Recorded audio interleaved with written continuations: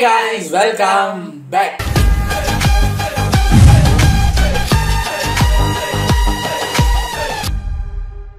எனக்கு நம்ம today trending சேனல்ல இருந்து ஒரு ஃபன்னான வீடியோ தான் எடுத்து வந்திருக்கேன். Actors interview troll. நம்ம சூப்பர் ஸ்டார் வனிதா மேடம் தளபதியோட ஸ்பீச் அப்படின்னு தம்ப்நெயில்ல எல்லாம் பெரிய பெரிய ஆர்டிஸ்ட், வனிதா மேடத்தை தவிர எல்லாரும் பெரிய பெரிய சம்பவக்காரங்க தான் இருக்காங்க. என்ன இன்டர்வியூ என்ன பேசி வச்சிருக்காங்க அப்படிங்கறத உள்ள போய் பார்த்துடலாம். இது ஒரு ஷார்ட் 9 minutes வீடியோ இருந்தால டக்குன்னு பார்த்துட்டு ரெடி. அதெல்லாம் விட்டுட்டு 75 வயசுலயும் கூலிங் கிளாஸ் போட்டு ஸ்லோ மோஷன்லயே நடந்து வர இந்த ஆளு வந்து ஏன்னா அந்த வீட்டுல நான் பூஜை பண்ணிருக்கேங்க. அந்த குடும்பத்துல நான் ஒருத்தி மருமகளா போக வேண்டியவங்க. இதுக்கு மேல நான் சொல்ல முடியாது. ஸ்கூல் லைஃப் காலேஜ் லைஃப் எல்லாம் நிறைய காலேஜ் லைஃப் எந்த காலேஜ் நீ படிச்ச யாரு உங்களுக்கு தெரியும்? அதே வந்தாரு அவங்களுக்கு முன்னாடி நாங்களும் நடிக்கிறோம். நாங்களும் எல்லாம் பண்ணிட்டு தான் வந்திருக்கோம். தர்பீஸ் மூஞ்சி கூட ஆடிக்கிட்டு இருக்கு. ஏங்க யாரு வீட்டுல வனிதா மேடம் பூஜை பண்ணாங்களா? எனக்கு அதான் இப்ப மண்டையில் ஓடிக்கிட்டே இருக்கு. அதுவும் எப்படி நான் அவங்க வீட்டுல பூஜை எல்லாம் பண்ணிருக்கேங்க. ஏங்க நான் அவங்க வீட்டுக்கு மருமகளா போகணும் அவ்வளவுதான் சொல்ல முடியும். யாரு வீட்டுக்கு மருமகளா போகணும், எந்த வீடு தப்பிச்சு என்ன சொன்ன?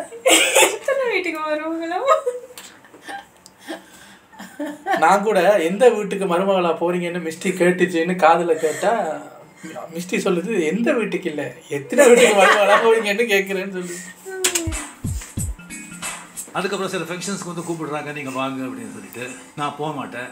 அப்புறம் அவங்க வந்து ஜூனியர் விகடன் அந்த வீட்டில் வந்து எல்லாரும் வந்து கிளின்னு கிழிப்பாங்க. அதில் ரொம்ப கிழிச்சு போட்டது நம்மளது தான். அவங்களோட ஃபங்க்ஷன்ல எதை சொல்றாரு? Is Rajinikanth a good actor? I don't know. Without slow motion, I don't know if Rajinikanth can exist. I don't know. உனக்கு என்னப்பா, நீ பைத்தியம். நீ என்ன வேணாலும் பேசலாம். Seeing Rajinikanth walking in slow motion for the half of the film without doing anything. रुको जरा.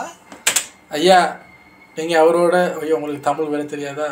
பையா कुछ नहीं है सुपरस्टार है लेटेस्ट मूवी. தமிழ்ல சொல்லு அவர் புரிஞ்சுப்பாரு. எவ்வளவு அழகா ஹிந்தி பேசுறாங்க. சரி விடுங்க. நல்ல கண்டென்ட் அழிச்சிட்டான், கருவிலே அழிச்சிட்டான். இல்ல பரவாயில்ல, அப்ப ஹிந்திலே சொல்லலாம். முடியாது அவருக்கு டைரக்டா போட்டு कुछ नहीं போடு.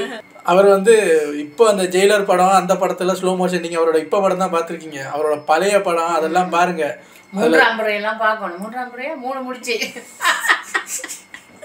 3 முடிச்சு அவனும் ஒழுங்கா பேச மாட்டான், பேச வர்ற என்னையும் பேச விட மாட்டான். இப்போ சூப்பர் ஸ்டாரை பத்தி ஒரு அழகான பில்டப் எடுத்துட்டு வந்தேன். ஹிந்தியில பேச வந்தவன தமிழ்ல பேசுறேன்னா சரின்னு பழைய படம்னு அவரோட 3 முடிச்சு என்ன முந்தான முடிச்சா நான் அவனை கூட நான் முந்தான முடிச்சேன். ஐயோ ஏதோ ஒரு முடிச்சு அதெல்லாம் பாருங்கன்னு சொல்லு. எல்லாம் நாசமா போச்சு. வாங்க நம்ம விட்டுருவோம் ஆஃப் த டிவி. சரி ஆர்டிஸ்ட் ஒரு ஹீரோ யாராவது கூப்பிடணும்னா சிவகுமார் இருக்காருப்பா. அருமையா என்ன பேசுறாரு, எவ்வளோ படிச்சிருக்காரு, என்ன பண்றாரு, அவரே கூப்பிட்டுக்கலாமே. அது வேண்டாம். சரி கமல்ஹாசன் எவ்வளோ அறிவாளி, எவ்வளோ படிச்சிருக்காரு, அவரே கூப்பிட்டுக்கலாமே. அதெல்லாம் விட்டுட்டு 75 வயசுலையும் கூலிங் கிளாஸ் போட்டு ஸ்லோ மோஷன்லேயே நடந்து வர இந்த ஆள் வந்து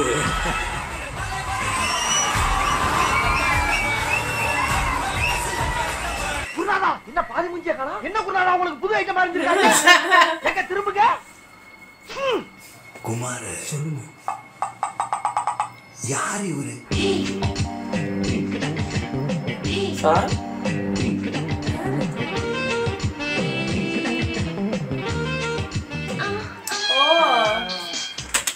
ஏய்யா அதெல்லாம் அவருக்கு நீ சூப்பர் ஸ்டாரை பத்தி ஸ்லோ மோஷன் அது இதுன்னு பேசுற. நீ கண்டுபிடிச்சு கொண்டாந்துட்டாங்க.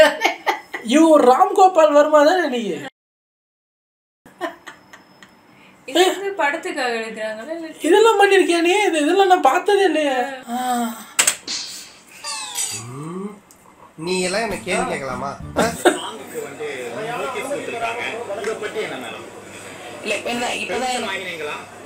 இப்பதான் எனக்கு மெசேஜ் வந்தது.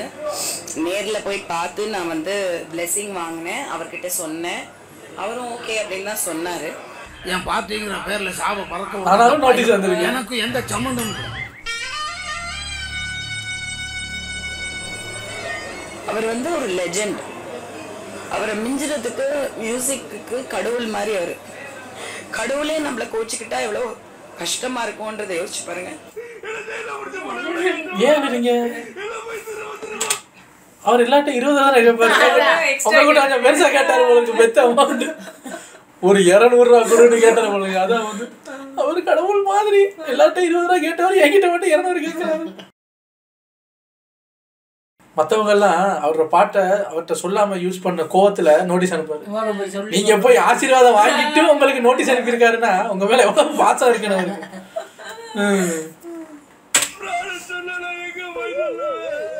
அதாவது எங்கெங்க எது எடுத்தேன்னு நீங்க கேட்டீங்கன்னா எப்படி எடுத்தேன் எப்படி வந்து இது பண்ண அப்படின்னா இது சீன் தேவையா?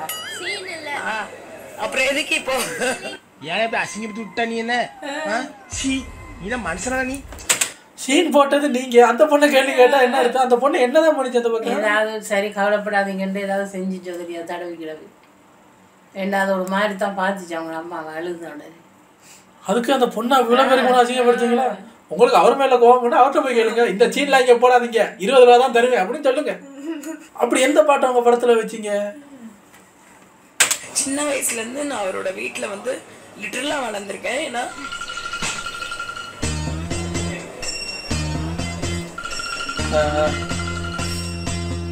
என்ன சரி பிடிச்ச மாதிரி மூக்க மேல கீழே உறிஞ்சிர ஃபீல் பண்றேன். நீ ஒண்ணு ஃபீல் பண்ண வேண்டாம், அப்படி ஓரமா போய் ஃபீல் பண்ணு.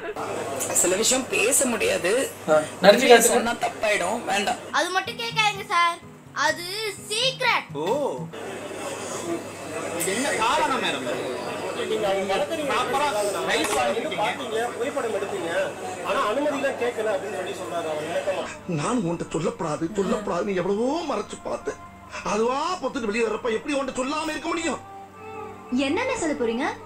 குணா சாங் வந்தது, மஞ்சுமெல் பாய்ஸ், அது மேல கூட கேஸ் போட்டாங்க. அந்த மாதிரி பல படங்கள் மேல போடுறாங்க.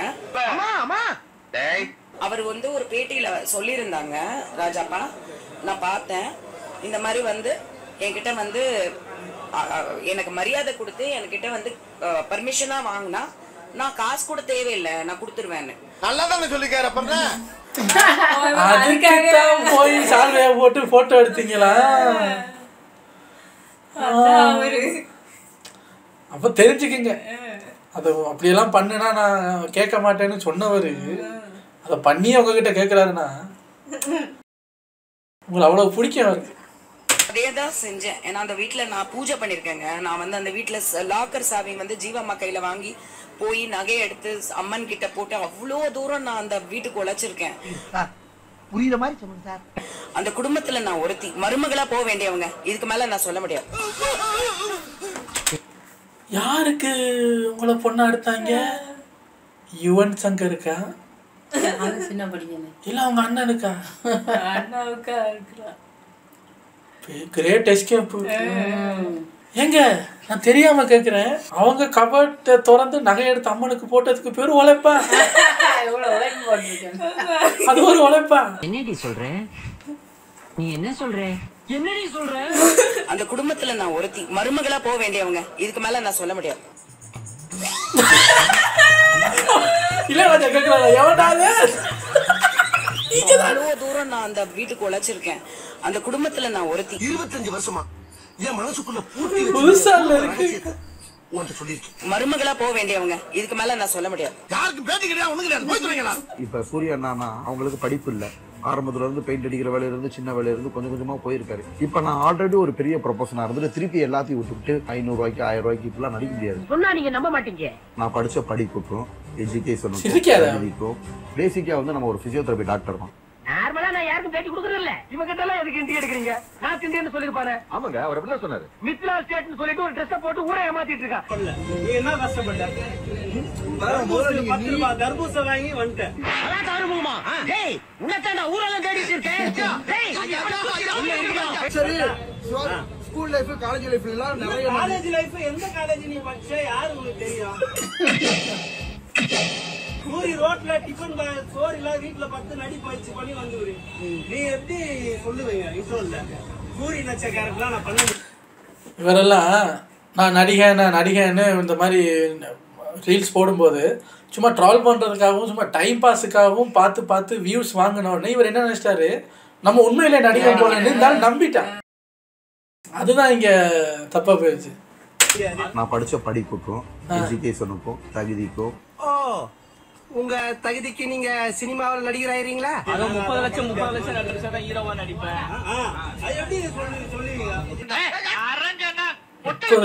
டீ குடிப்பாராமா, ஒரு தடவை யூஸ் பண்ண பொருளை 2வது தடவை யூஸ் பண்ண மாட்டாராமா. சூரியனா லெவல்ல இருக்காரு, எங்க வந்திருந்தாரு, அவங்களுக்கு முன்னாடி நாங்களும் நடிக்கிறோம். நாங்களும் எல்லாம் பண்ணிட்டு தான் வந்திருக்கோம். எதனா ஒரு படம் காட்டு, 2024 முன்னாடி ஒரு படம் இப்ப காட்டு, நான் வெயிட் பண்றேன். 1 hour 2 hour வெயிட் பண்றேன்.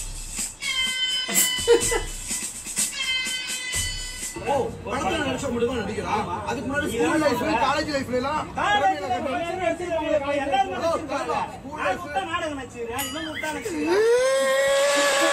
என்னங்க இவ்வளவு ஊத்துது? நீ என்ன பெரிய ரவுடியாடா? அவர் கேள்விக்கு பதில் சொல்லுங்க மாமா. நீங்க நடிச்ச நாடகத்தை போடுங்க, உங்க திறமை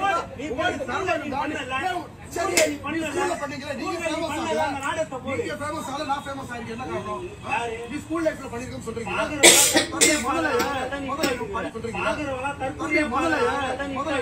உண்மையை சொல்றவங்க தெய்வத்துக்கு சமம் சொல்லுவாங்க. இவங்க 2 பேரும் மாறி மாறி உண்மையை சொல்றாங்க. பொறாமையில வயிற்றுல பேசாத, உனக்கு திறமை தான், நீ திறமையை காட்டு.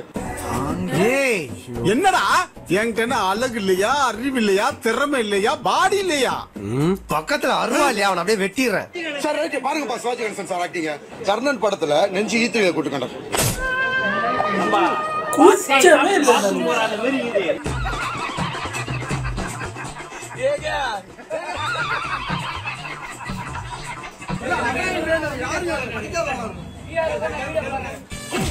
ஆமா, இவர்கிட்ட கேள்வி கேட்கறவங்க, இவருக்கு பிடிக்காதவங்க எல்லாருமே சூரியண்ணன்ல இருந்து ரிப்போர்ட்டர்ல இருந்து எல்லாருமே படிக்காதவங்க.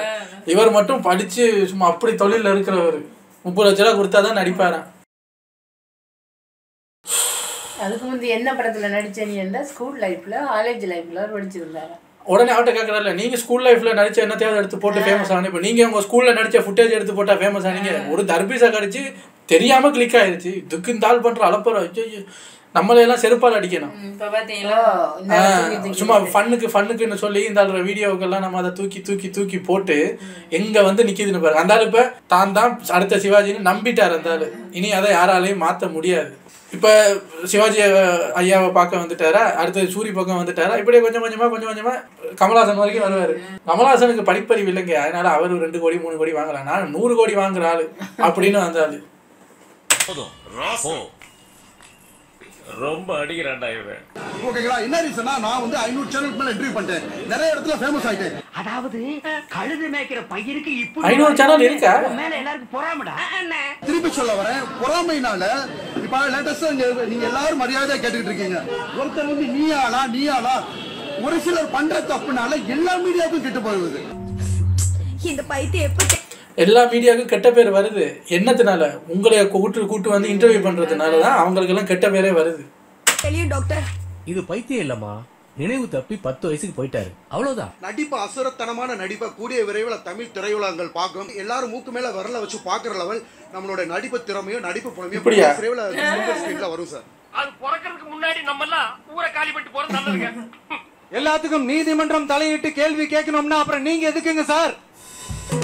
நல்ல கேள்வி. அடுத்த கேள்வி, உங்க ஆட்சி எதுக்குங்க சார்? சிஎம் பதவி எதுக்குங்க சார்? என்னன்னு பேசாம இருக்கீங்க?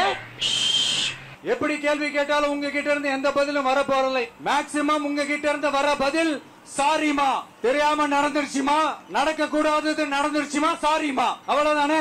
மறுபடியும் சார் சாரி கேக்குறீங்க? தெரியாம சாரி கேட்டேன். Sorry sorry madam. நீ எப்ப சாரி கேக்குற? நான் சொல்ல வேண்டிய சாரி எங்க அப்பா சொல்லிட்டாரு. Sorry madam. சாரிப்பா சாரி. அந்த மரத்து மேல ஏறாத, மரத்துல ஏறாத, இறங்க. அல்ல குற்றாலத்துல இருக்க வேண்டியதா இங்க வந்து ஏன் ஊசர வாங்குறீங்களா? அமைதியா இது நடந்துருக்கா? ஐயா பாருங்க, ஒரு வாரம் எவ்வளவு விஷயம் நடந்து போச்சுன்னு பாருங்க. சூப்பர் ஸ்டார்ல தொடங்கி திவாகரோட எச்சலா வருது. இன்னும் வந்தால் இன்னும் பண்ணுவாரு. ஏன்னா இப்ப என்னத்துக்காக இப்போ இந்த சேதனோட ஏசுன்னு ஒரு படம் வந்ததுல அதில் என்னத்துக்காக கிளைமேக்ஸில் ஒரு சின்ன ரோலுக்கு இவரை கூப்பிட்டாங்கன்னு தெரியல. அதில் சேதனனே அவரோட நடிக்க மாட்டார். ஆனால் இவர் வெளியே வந்து போட்டி கொடுக்குறது என்னன்னா, நான் சேதனனோட நடிச்சிட்டேன். இப்போ மாஸ்டர் படத்தில் விஜயும் சேதனனும் சேர்ந்து நடிக்கிற மாதிரி நானும் சேதனனும் சேர்ந்து நடித்தா தியேட்டர் சும்மா வெடிக்க. இதை நம்மளை செருப்பால் அடிக்கணும், அப்புறம் இவருக்கு சான்ஸ் கொடுக்குறவங்களும் செருப்பால் அடிக்கணும். இப்ப அவர் படம் பார்க்க எதுக்கோ வந்திருக்காருல்ல, அவர் அப்படியே கண்டுக்காம விட்டுருக்கணும். நீங்க அவர் என்ன ரெக்கார்ட் என்ன வச்சிருக்காரு பாருங்க. நான் 500 சேனலுக்கு மேல பேட்டி கொடுத்துட்டேன், ஸ்கூல்ல இருந்து நான் காலேஜ்ல ஸ்கூல்ல நடிக்கிறேன், நான் ஃபேமஸ் ஆயிட்டேன், நான் சிவாஜி மாதிரி நடிக்கிறேன்னு அதை வந்து இப்போ பப்ளிக்ல வந்து நடிச்சு காட்டுற அளவுக்கு தைரியம் வந்துருச்சு அவருக்கு. ஆனா எல்லாரும் பார்த்துட்டு தான் இருக்காங்க அவரோட நடிப்பை. என்னதான் இருந்தாலும் இதெல்லாம் நிலைக்காது. அப்படியே மிஞ்சி போனாலும் நம்ம ஜிபி முத்து மாதிரி தான், சும்மா பரப்புறன்னு பட்டாசு மாதிரி வருவாங்க. ஒரு 7-8 படத்தை லைனாக கரகரகரன்னு நடிப்பாங்க. அப்புறம் இருக்கிற இடம் கூட தெரியாமல் போயிடும். ஜிபி முத்து அது பரவாயில்ல, நம்மளை சிரிக்க வச்சார் ஒரு எக்ஸ்டெண்டுக்கு. இந்த ஆள் ஃபுல்லாக ஒரு கட்டத்துக்கு மேலே இரிட்டேட் பண்ணிக்கிட்டு இருக்கான் அந்த ஆள். எனிவேஸ் நல்லா இருந்தது, ஃபன்னாக இருந்தது. உங்களை அடுத்த வீடியோவில் வந்து சந்திக்கிறேன். Take care.